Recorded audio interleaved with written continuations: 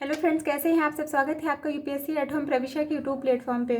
हम UP PCS की जो मेंस आंसर राइटिंग कर रहे हैं, जिसमें हमने टारगेट रखा है डेली 5 क्वेश्चन की आंसर राइटिंग करने का।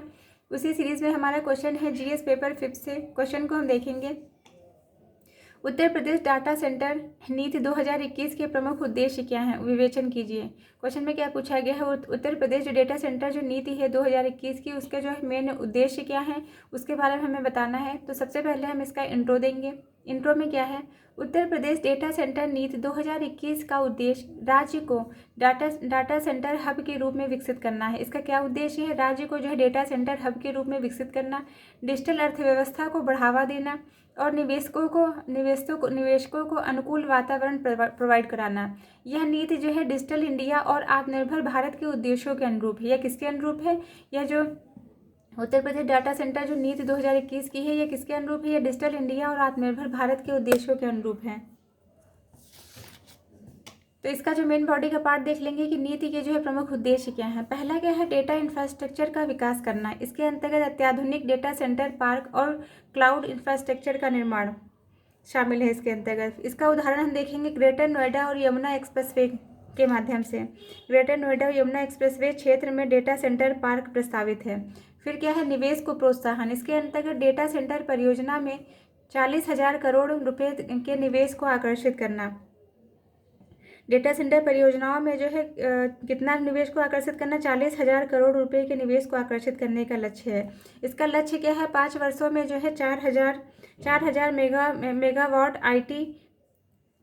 इसका लक्ष्य क्या है, 5 वर्षों में 4,000 मेगावाट आईटी लोड क्षमता को विकसित करना। फिर क्या है, रोजगार सृजन और कौशल विकास। इसके अंतर्गत 20,000 से अधिक नौकरियों का सृजन। मतलब इसके अंतर्गत बताया गया है कि जो प्रत्यक्ष मतलब डायरेक्ट या इनडायरेक्ट रूप से 20,000 से अधिक नौकरियों का सृजन। और दूसरा इसका जो उदाहरण हम देखेंगे, इसका उदाहरण क्या है, स्थानीय जो है युवाओं को डेटा सेंटर प्रबंधन और क्लाउड कंप्यूटिंग को प्रशिक्षित करना। स्थानीय युवाओं को डेटा सेंटर जो है प्रबंधन और क्लाउड कंप्यूटिंग में जो है प्रशिक्षित करना। फिर क्या है, डिजिटल सुरक्षा और डेटा गोपनीयता। इसके अंतर्गत डेटा सेंटर जो है संचालन में आईएसओ और टीआईआर मानकों का पालन सुनिश्चित करना। इसका लक्ष्य क्या है, साइबर सुरक्षा और डेटा गोपनीयता को मजबूत करना। फिर क्या है, स्थायी और हरित ऊर्जा का उपयोग। इसके अंतर्गत डेटा सेंटर में अच्छे ऊर्जा स्रोत का जो उपयोग सुनिश्चित करना। उदाहरण सौर ऊर्जा, पवन ऊर्जा को बढ़ावा देना। स्थायी जो है और हरित ऊर्जा का उपयोग मतलब डेटा सेंटर में जो है अच्छे ऊर्जा का स्रोत का जो उपयोग सुनिश्चित करना। इसका उदाहरण जो है सौर और पवन ऊर्जा को बढ़ावा देने के संबंध में है।